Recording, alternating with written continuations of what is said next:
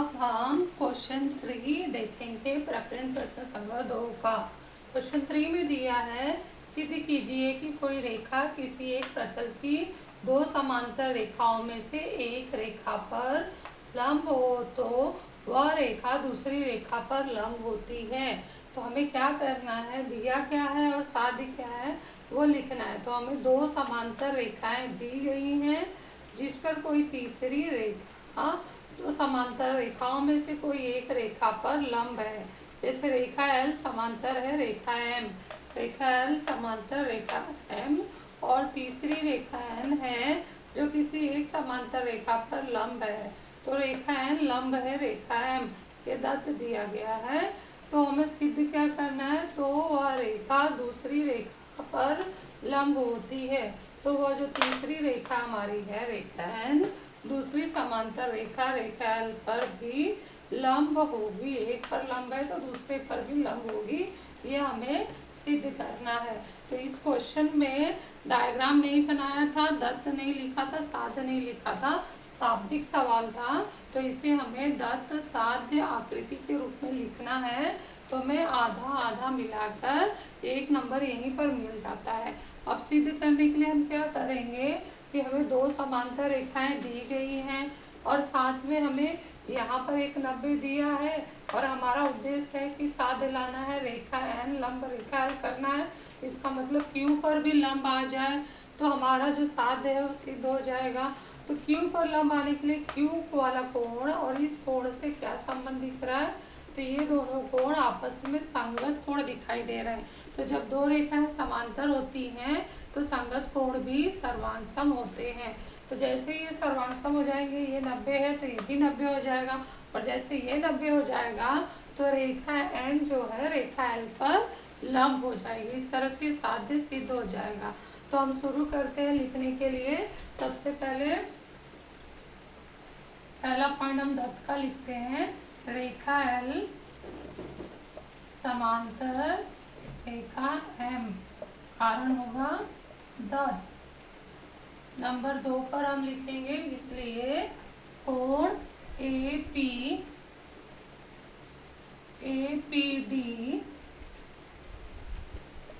सर्वांगसम कोण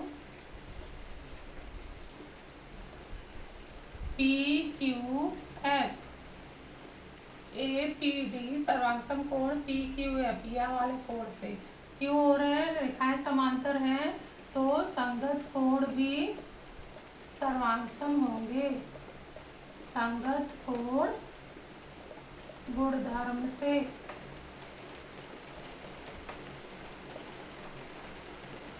परंतु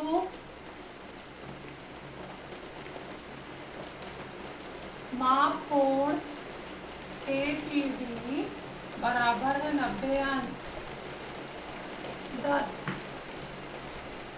रेखा L लंब रेखा M के वजह से, इसलिए कोण APD बराबर कोण PQF बराबर है 90 अंश। कारण होगा 2 और 3 से,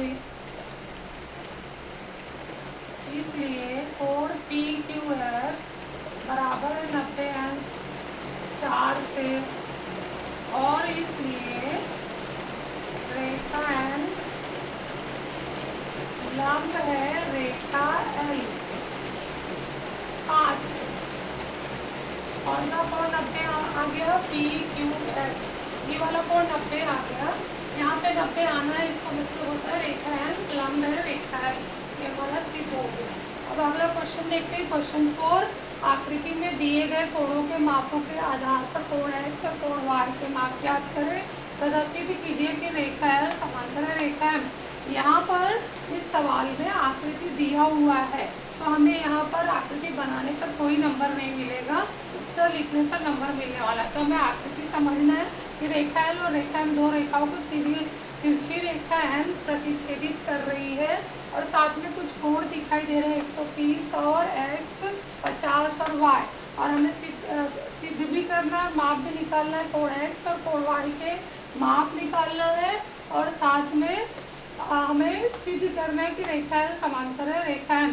और इस यहाँ पर कोई नाम नहीं दिया गया है, तो डायरेक्ट हम इनका ही उपयोग करके इनको लिखना शुरू करते हैं। तो यहाँ पे लिखेंगे पहला पॉइंट, कोण x बराबर है 130 अंश। देखो यहाँ पर ये दोनों कोण आपस में कैसे है, शीर्षाभिमुख कोण, तो कारण लिखेंगे शीर्षाभिमुख कोण।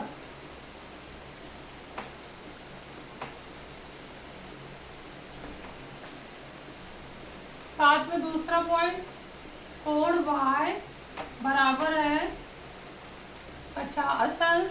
यहाँ भी ये शीर्षाभिमुख कोण बना रहे हैं, इसको डबल से चिन्हांकित कर देते हैं, ये सिंगल था। शीर्षाभिमुख कोण, तो हमारे दो मान आ चुके हैं, ये दोनों हमारे क्वेश्चन के आंसर है। साथ में रेखा समांतर करना है, तो कोण x धन 50 अंश बराबर है 130 अंश धन 50 अंश बराबर 180 अंश। कारण लिखेंगे हम 1 से हमने x का मान रखा, और ये दोनों हमने अंतःकोण जो दिखाई दे रहे हैं उसको जोड़कर देखा तो वो 180 अंश आ रहे हैं।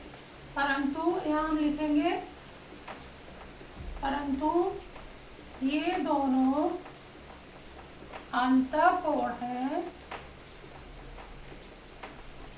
जो संपूरक है। कारण होगा 3 से। तो जब अंतःकोण संपूरक होते हैं तो रेखाएं कैसी होती है, समांतर। कारण क्या होगा, अंतःकोण कसौटी से। तो नंबर 5 पर रेखा L समांतर रेखा M, इसका हम कारण क्या लिखेंगे, अंतःकोण कसौटी से। तो ध्यान पूर्वक समझ के ये सवाल हल कर लो।